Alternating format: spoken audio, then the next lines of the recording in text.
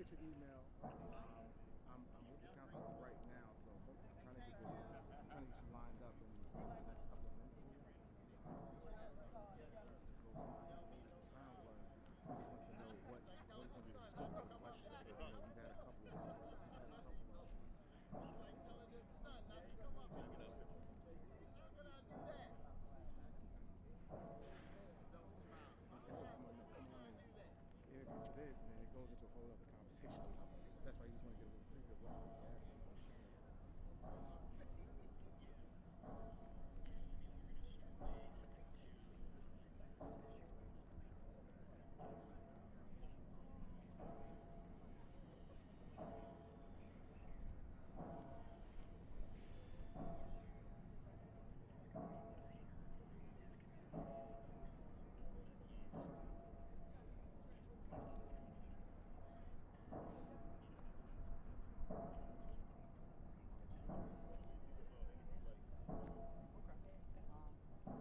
That's perfect. That's all.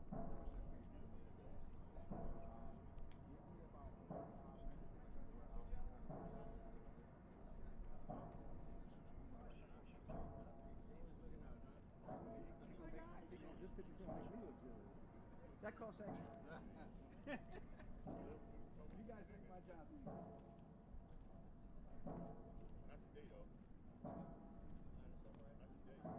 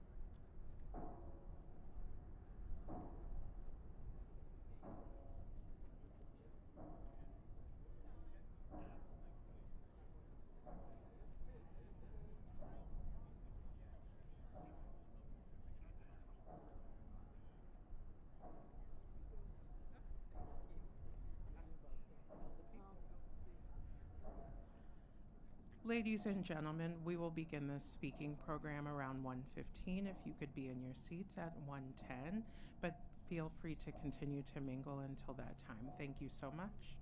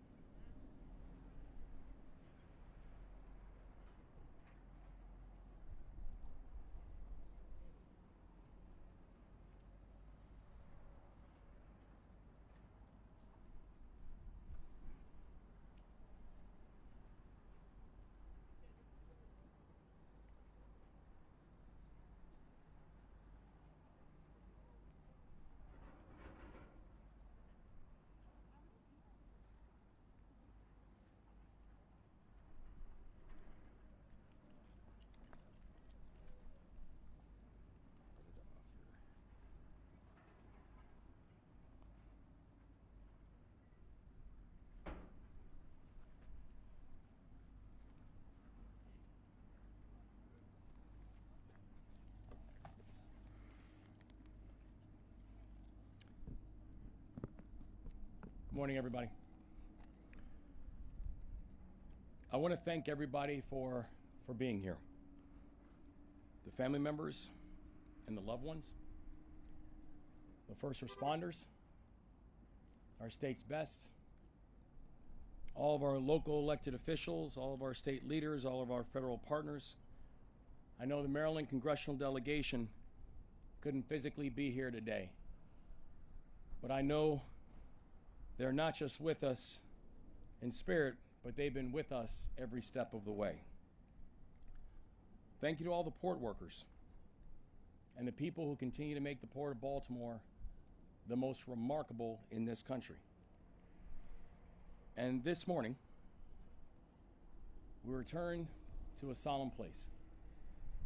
We return to the water's edge. 2 years after a day that changed our state forever. Things look different, but the memories of that March morning, they remain as clear as ever. We remember looking out and seeing an enduring piece of the Baltimore skyline. A skyline, frankly, that has been there ever since I've been alive. That was then laying on top of a ship. A ship that was the length of 3 football fields. We remember the shock. We remember the sorrow. We remember the prayers that echoed all across the state of Maryland when our state woke up and realized the tragedy that had just taken place. And most of all, this morning we remember 6 patriots. People who worked while we slept. People who at that moment were unaccounted for. And the only ask that their families had was never forget about our family members. To the families of the victims, I know there is no words that we can say that can take away your grief, because the 6 victims of the Key Bridge collapse should be here right now. Dolian, Ronial, Castillo, Cabrera, Carlos, Daniel, Hernandez, Estrella, Alejandro, Hernandez, Fuentes, Miguel, Angel, Luna, Gonzalez, Jose, Minor, Lopez, Menor, Yacir, Suazo, Sandoval. All of them should be here now. But they're not gone from the hearts of all of us, and they're not gone from the hearts of all of those who love them. Viven en nuestros corazones. No pasa un día sin que pensamos en ustedes. Los vemos, estamos a su lado, y aquí estaremos, ahora y siempre. March 26th, 2024 is etched forever into the story of Maryland. But not just because of the horror of that morning. It's etched in our memories because of the heroism. It's etched in the memories that in the faces of one of the worst tragedies in our state's history, it was Marylanders who stepped up to serve, who were woken in the middle of the night, and were some of the first ones in the water,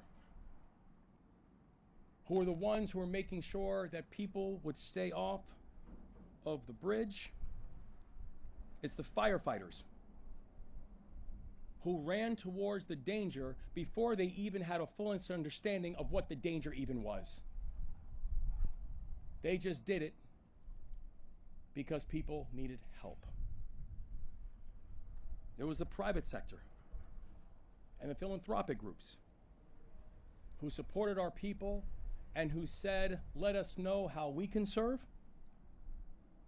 It was the leaders at our local and our state and our federal levels who work not just around the clock, but who worked in partnership, because that's what that moment required.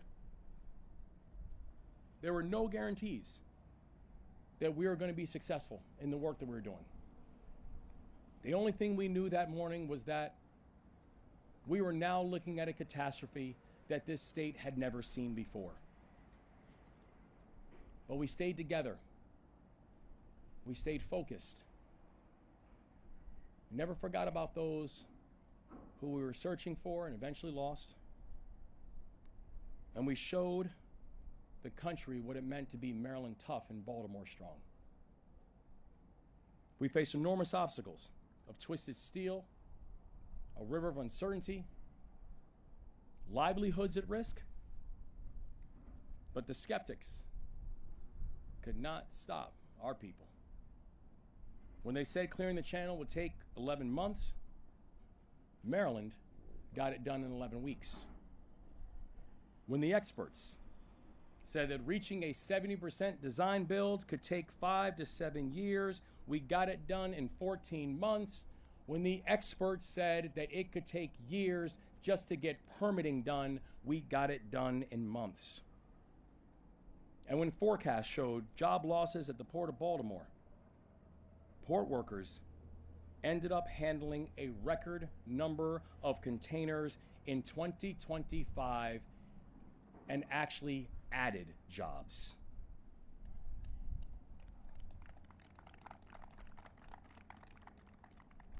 We remain committed to rebuilding the Francis Scott Key Bridge with intentionality, with speed, and with safety. And I will work with anybody to make sure that we see that happen. In January, I met with U.S. Secretary of Transportation Sean Duffy, and as Secretary Duffy has noted, this is the fastest moving large infrastructure project in the United States, and we plan on keeping it that way.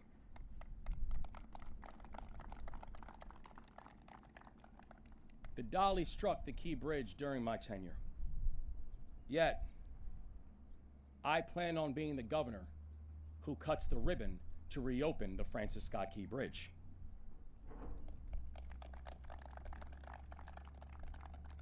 At a time when too many people wonder whether building big and great things is still possible in our country, Maryland, once again, is going to lead the way and show what is possible. We will continue to recover, we will continue to rebuild, and we will continue to do it together. And we'll keep moving forward until a new Key Bridge arches over Baltimore's stunning skyline once again. May God watch over the victims. May God keep his eternal protection over them. May God keep these families of ones who are lost in his almighty hands. May the Lord continue to shine grace and comfort over our great state. And may this state continue to show the country what right looks like. I'm thankful for each and every one of you. And with that, I'll turn it over to my partner in the work, our Lieutenant Governor, Aruna Miller.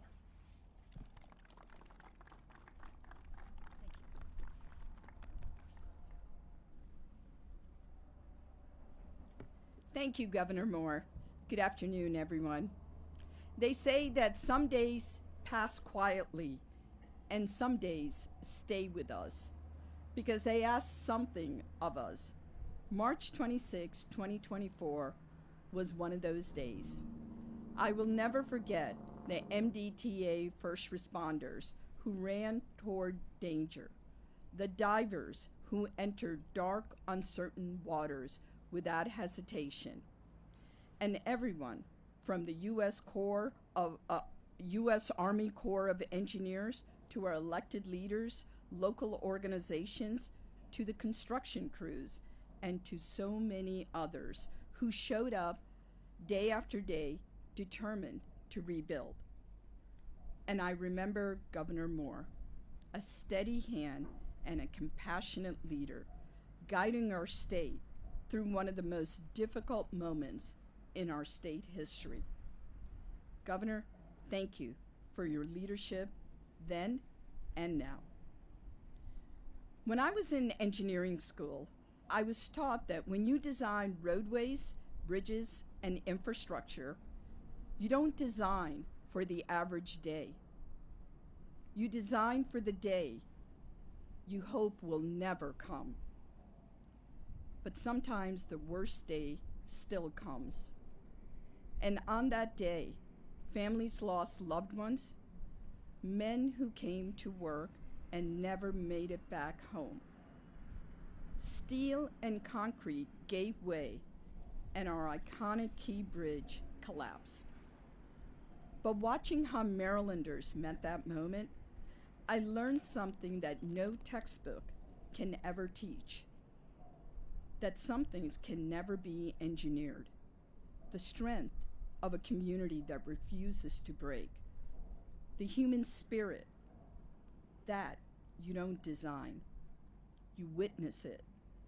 You watch it rise, and you see it in the people. Today, 2 years after the tragic incident, we pause to remember those we lost. We stand with their families in grief and in love, and we honor the workers whose hands and hearts are rebuilding what was taken from us. We continue the work to rebuild. This will be Maryland's first cable-stayed bridge, over 2 miles long, designed higher, stronger, safer, with 230-foot clearance to support modern shipping. Crews are driving massive steel piles, some more than 200 feet long and 8 feet in diameter, deep into the riverbed to anchor the new bridge. Foundations are being built with tens and thousands of concrete, each footing the size of 2 basketball courts. And this project is advancing, as you heard from the governor, at a pace faster than any other bridge projects across the country. So yes, we will rebuild the bridge with urgency and with the highest standards, because the people of Maryland deserve nothing less. 2 years ago, we faced the day that we hoped would never come. And today, we're doing what Marylanders do. We rebuild, we rise, and we move forward together. Now I'd like to invite the dynamic county executive from Baltimore County, Kathy Klossmeyer, to share some remarks with us.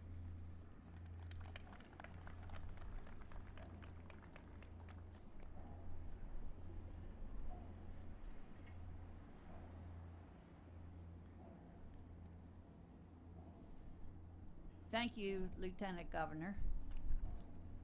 I don't know if I'm going to be as dynamic as you're saying, but I'll try my best. And thank you for your comments, and thank you, Governor Moore, for your really just put it all out there for the entire state. So thank you very, very much. But thank you very much for giving me the opportunity to say a few words today. And before I go any further, I just would like to say I think I see one of my councilmen back there, Izzy Patoka, and did I see Julian Jones? So I would be remiss if I did not say that. So, but thanks for the opportunity to say a few words. And I think everybody in this audience is probably thinking in their mind what you would say coming today. And I bet everybody in this audience would remember where they were when we heard about the tragedy. I know exactly where I was. I know exactly who I was talking to. And it just broke my heart. So But when the bridge was first opened in 1977 until 2 years ago, it's been a constant figure that has towered over our waterways. And I can remember even all the way out in Fullerton, Perry Hall, on the top of the hill, you could see it. You could always, you got to the crest of the hill and you would see it and think, boy, that's a beautiful bridge. And it did so much for everyone. So for so long, the Key Bridge was a symbol of opportunity that connected places like Turner Stations and Hawkins Point and other bright new opportunities. Losing the Key Bridge 2 years ago left a hole in our hearts and in the sky.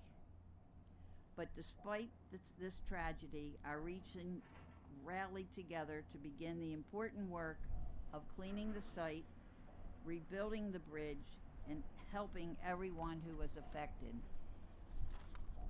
Today, we're grateful to move forward with purpose and determination. This anniversary is an opportunity to stand together as one community, united by our resolves to rebuild this bridge and honor those that we lost. And we will do it faster than any other bridge in the country. To the first responders who acted immediately and put themselves in danger to help people, we are deeply grateful. To all the port workers, how you all rallied together and really made sure that the waterways were open.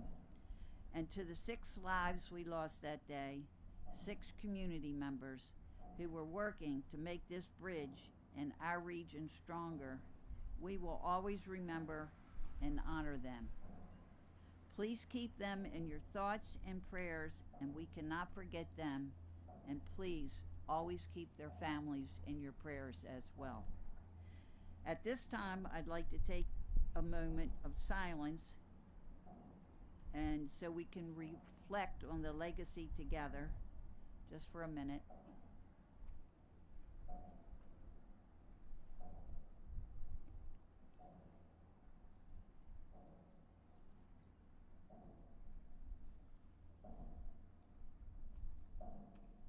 And thank the Lord for all that He's done, and thank you. And I am proud of the work we're doing to rebuild, and I'm grateful for everyone's support today. So thank you very much. And Stuart, yeah, okay, come on up here. And next we have Anne Arundel County Stuart Pittman, the CE there. Thank you. Dynamic too.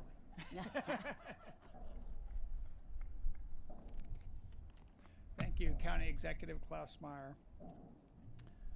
And thank you, Governor Moore and Lieutenant Governor Miller. You know, when I went to bed on March 25th, 2024, I would not have believed if somebody had told me that before dawn I would be on the phone with our governor, with Mayor Scott, with County Executive Olszewski, now Congressman Olszewski, with my police chief who's here, Amal Awad, with my fire chief who I was told was here, Trish Wolford, I believe, and that I would be up here in the morning amidst a group of incredible public servants who were starting right away and getting to work. The world looked at Maryland and saw what Maryland tough, Baltimore strong is, and then we Americans found out that 6 workers on the bridge had died. And I later found out that they had come to this country from Guatemala, Honduras, Mexico, and El Salvador. Just like my ancestors came to this country looking for a better life, and most of yours did as well.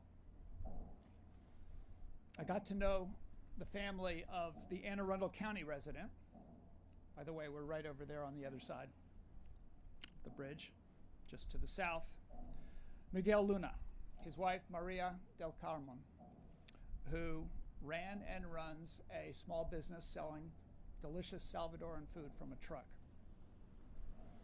I was able to attend Miguel's memorial service and was struck by the heart, the soul, the hard work, the passion of the Salvadoran community in Anne Arundel County, and just so blessed that they are here. So to the families, yo quiero decir a todas las familias, te queremos aquí en nuestro condado, en el estado de Maryland. Unfortunately, some of those families are not going out in public a whole lot these days. But in Maryland, we celebrate them.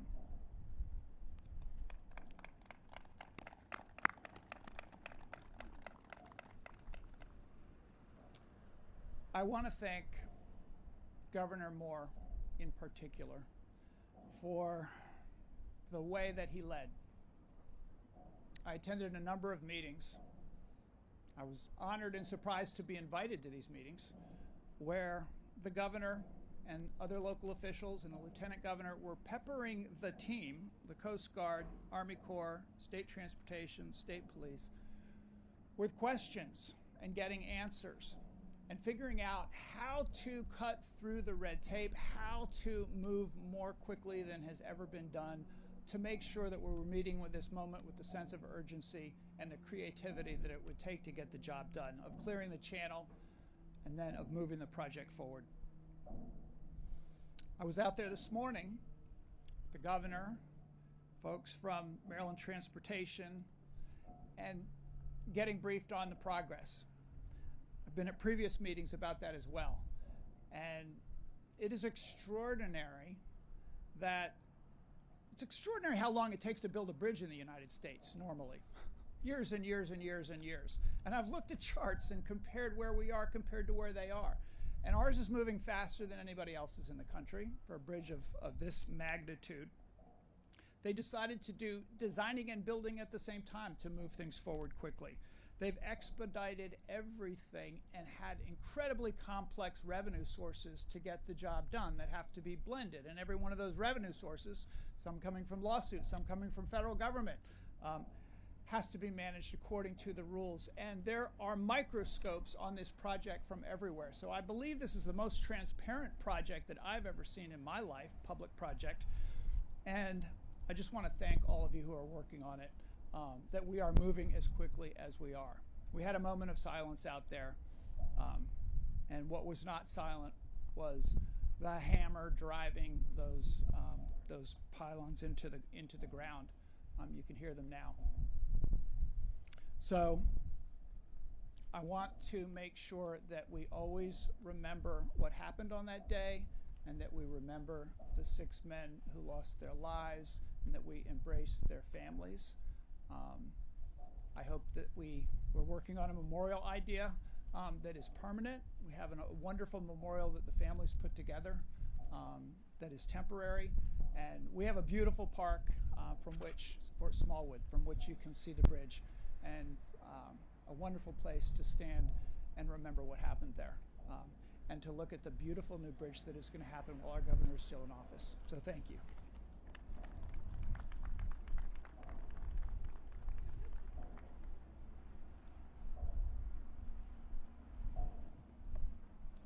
Good afternoon, everyone. Thank you for joining us. Today we reflect and remember the moment that changed Maryland. We remember the victims and their families. We remember the first responders from near and far who showed up 2 years ago and returned day after day. Today we thank Governor Moore for his steadfast leadership on navigating Maryland through troubled waters and showcasing the Port of Baltimore's resilience. We also thank all of our local, state, federal, and private partners. Together, we are showing the world that Maryland can accomplish great results when we work with each other. The collaboration between everyone, including our fantastic federal delegation, many of whom are not here today because they're in Congress voting, has only grown stronger with the passing days and months. The Maryland Transportation Authority and Executive Director Bruce Gartner have done a tremendous job getting the project ready for construction, and as you hear in the background, the sounds of progress. We are working at breakneck speed to rebuild the Key Bridge and make the region whole again. As the new bridge begins to emerge from the Patapsco River, the Maryland Department of Transportation is committed to engaging with the communities and providing commuters with relief across the region. We know the Key Bridge will rise again to serve as Baltimore's gateway, and it will also be a bridge to our future. Thank you so much. Now it is my distinguished honor to welcome one of Maryland's finest first responders who led his team through the tragedy and whose officers saved lives that night. Please welcome MDTA Police Chief Colonel Joseph Scott.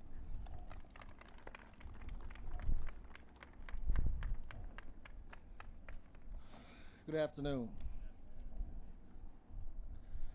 To the Honorable Governor Wes Moore, thank you. 2 years ago, Marylanders awakened to the news that the Francis Scott Key Bridge had collapsed.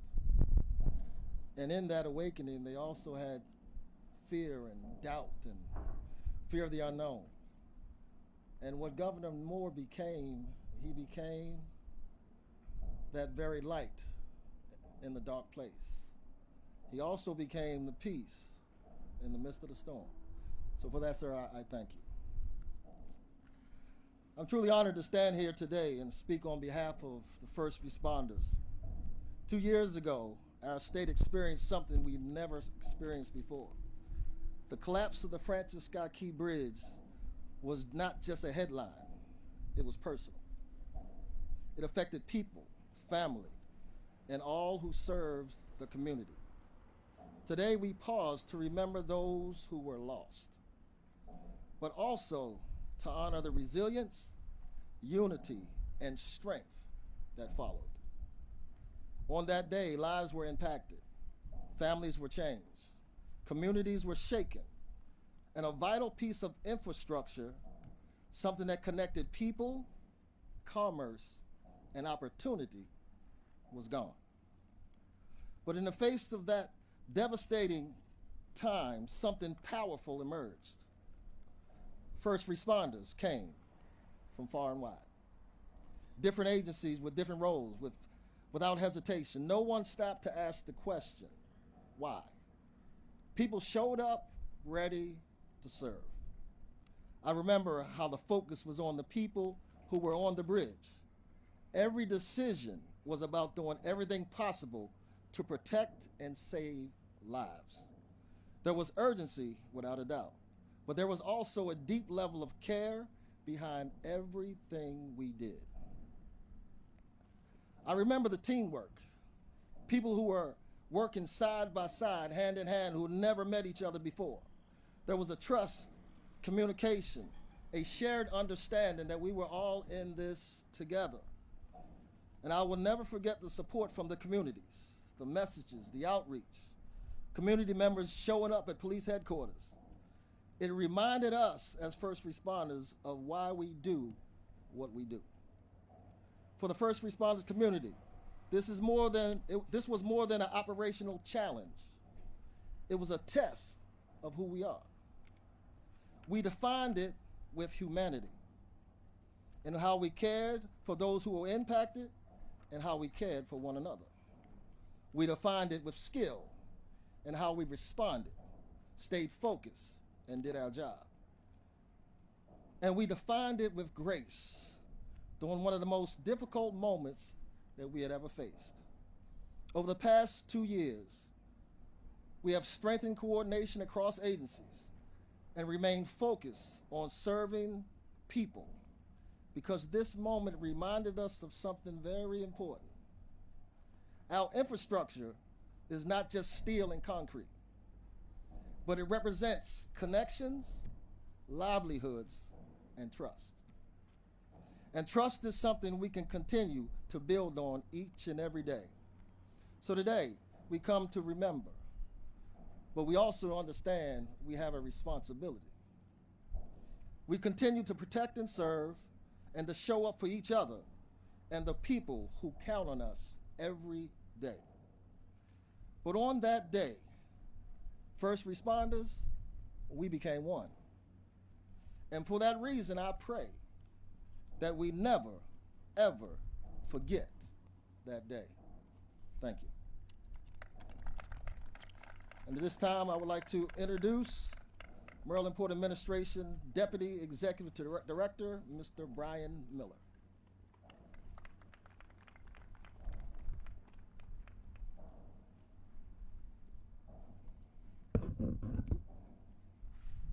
Thank you, Colonel Scott.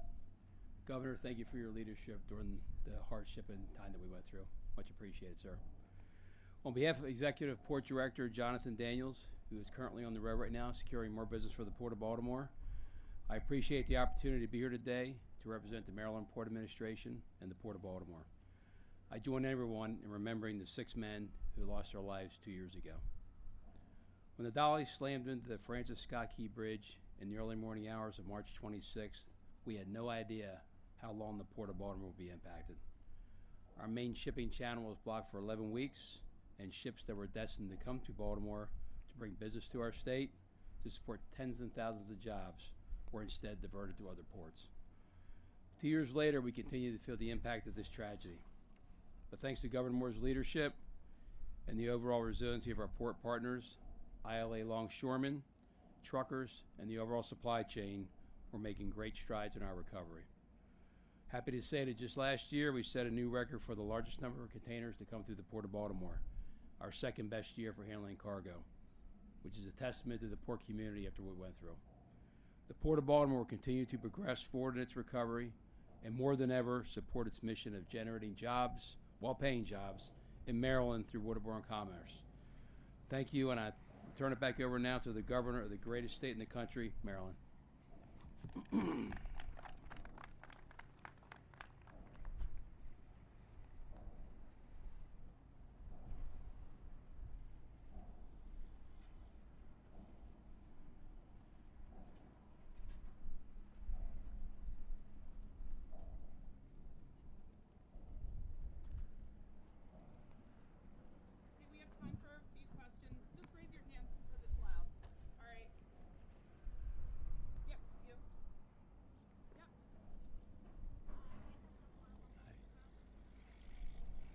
I'm so sorry.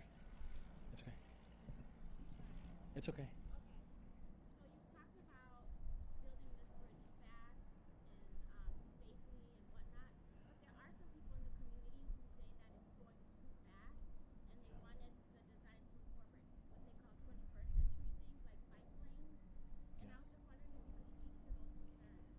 Thank you so much. Should I repeat the question? Okay.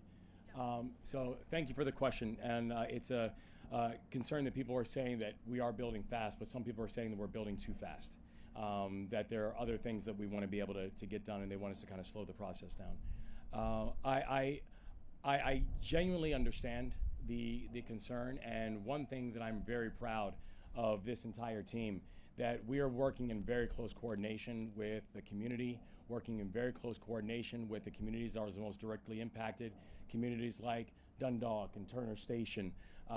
And we also know that speed and efficiency and intentionality and safety are still the priorities.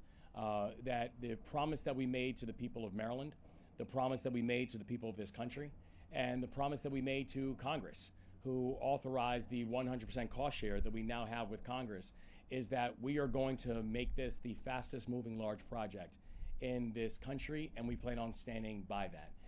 We know that the build that we are doing is a cable stay bridge, and that cable stay bridge, which was highlighted earlier, the importance of doing the design and the build at the same time, was that we know this bridge is going to be a bridge that is going to meet all safety requirements for 2026. We know that this is going to be a bridge that will be able to withstand the type of ships and the size and the enormity of the ships that are now moving, which are different than the size of the ships that we saw back when this bridge was completed in 1977. But the commitment that we have is that we are going to do something with a speed that this moment requires, and also, frankly, a speed that the Port of Baltimore requires. That this is one of the core arteries to one of the most important ports in this country, and so we have a fundamental, not just commitment, but an obsession to make sure that we get this done in partnership with community, but get it done quickly, efficiently, and safely.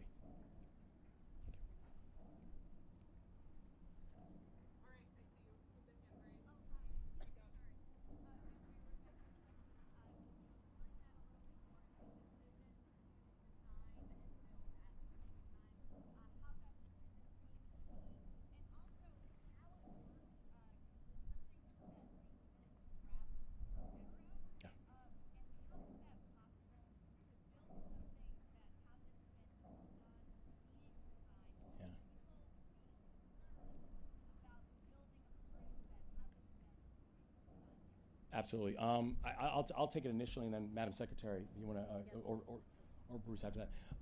So the decision to do a design build was really about how do we focus on speed and cost effectiveness. But one thing that we knew was that we had to be able to move quickly. So we worked in partnership with our federal partners. We were able to cut the red tape and streamline the process, where it is true that getting to a 70% design build can take up to 5 to 7 years. This extraordinary team got it done in 14 months. And so there's been a historic speed that we've been able to move at, but we have not at all had to compromise safety. We've not at all had to compromise design within that process, because those were tantamount to anything else that was happening. Good afternoon, Bruce Gartner, Executive Director of MDTA. On the progressive design build model, it's a very safe model. The design build has been around for a long time in the country. What the engineers were able to do here is work closely on that design with the contracting team, so they know what is going in the riverbed here, starting from the ground up. So you have a lot of decisions, early decisions made, you lock those in, you keep going. So that is how this project has progressed. That's why you're seeing early works in the river right now before we finalize that.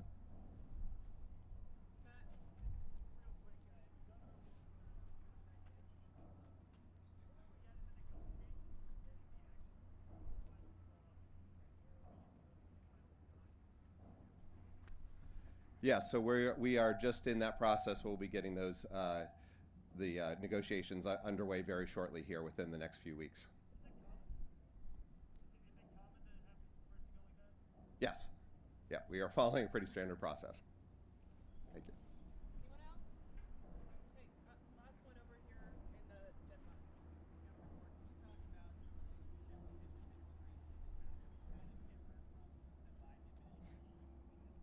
Yeah, we've been very grateful that Secretary Duffy and the Department of Transportation have been wonderful partners throughout this. You know, we're not just working very closely with them on this, we're working very closely with them on the American Legion Bridge, and it's Secretary Duffy who has indicated that this is the fastest large project that is taking place in the United States of America. And so the people of Maryland know that I will work with anybody, and we are always going to put the people of Maryland first. We are not going to let anything else get in the way of supporting our folks, and we're glad that Secretary Duffy and the Department of Transportation have been good partners in that.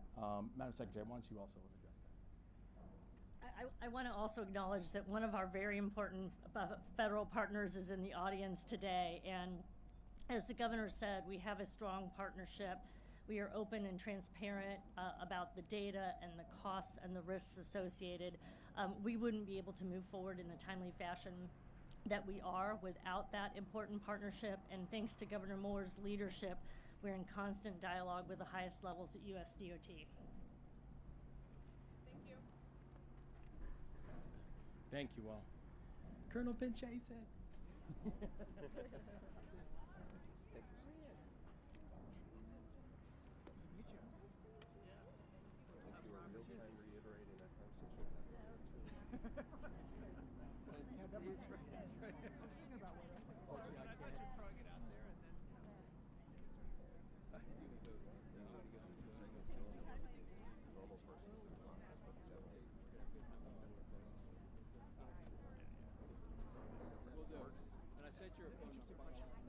Moving to guys. All right, have a good rest of the day. But the governor's good at trust me, man. I'm not good at that. Yeah. Oh, I can see that from the remarks that you made. I said